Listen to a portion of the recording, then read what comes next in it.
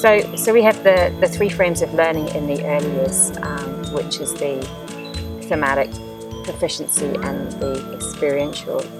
But the way that looks in the early years is that we think about those three when we're planning and preparing for the children, but they're not separated out, they're joined up together. So in their learning, we believe in joined up learning, so therefore a proficiency doesn't just necessarily mean learning the alphabet and learning to count. A proficiency might be learning to use a skipping rope, or how to share with a friend, how to take responsibility for yourself.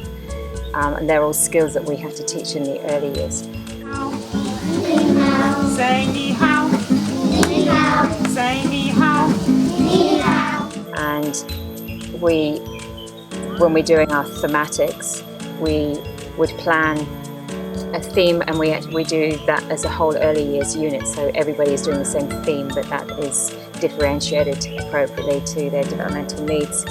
And it's great because it means that we can share resources, we can have the children talking about the same things and sharing their experiences. And so that lends itself across the whole day, because they might be experiencing something in the sand pit, they might be doing something in the craft area, they might just be using their imagination, and we allow that to happen. So the thematic unit covers all of those areas, and there is space for it to happen throughout the day. And then with the experiential part of the three frames of learning, that happens intrinsically in early years. The children have to be given opportunity to experiment their ideas, the things that they're learning. In early years, young children naturally want to move all the time. So the way that we teach children is through movement, through dance, music, imagination. And those are skills, the gross motor skills that the children need to explore, are fundamental to their learning experiences. So they need to know how to skip along and how to climb and do left and right brain, make those connections, and they express themselves physically. So we try to ensure that that we have a balance of time when they are sitting and engaging through listening, but also times where they can move their bodies and give them that freedom. We offer opportunity for children to be physical, to be creative. We want the children to be creative thinkers and make connections in their learning. So as they progress through the early years and they're in the kindergarten years, you need a balance of open-ended play, guided play, but also opportunities for learning skills. We believe in giving them open-ended resources, and such as pieces of material and rocks and pieces of bamboo, so that they can use their imagination.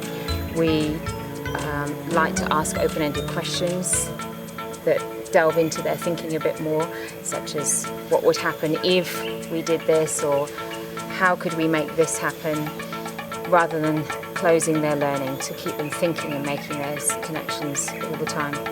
For example, we've been doing a storytelling puppet theme, and I've been telling a lot of stories, oral storytelling, and using music and rhythm and songs to tell the stories, but also using objects. So when we say puppets, they don't necessarily have to be a conventional puppet. And I've used in the story of the hare and the tortoise a rock for the tortoise, and the small piece of bamboo was the hare. And the children were totally engaged in that, and then they took that into their play, and they're using other objects around the room to represent things in their play, which is, a true open-ended, imaginative play. Children are naturally connect to nature, and it only makes sense that we provide a learning environment that brings that into our daily experiences. I think when we look at the spirituality side of education, again, young children, we can learn so much from them because they are so in touch with themselves. And you watch a young child laughing or just rolling on the floor, that's them being true to their self-awareness and to their soul. And so it's really important that we ensure that we are teaching the children about that mindfulness and that self-awareness, because at the end of the day we want our children that go through green school and leave green school, the kind of people we want them to be is that they are self-confident, they are self-aware, that they take time to be mindful and conscious, and we start that right from the beginning.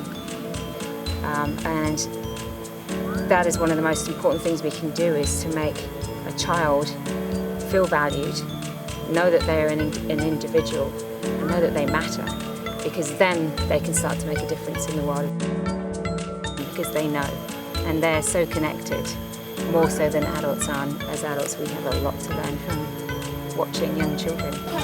Pom, me toqué.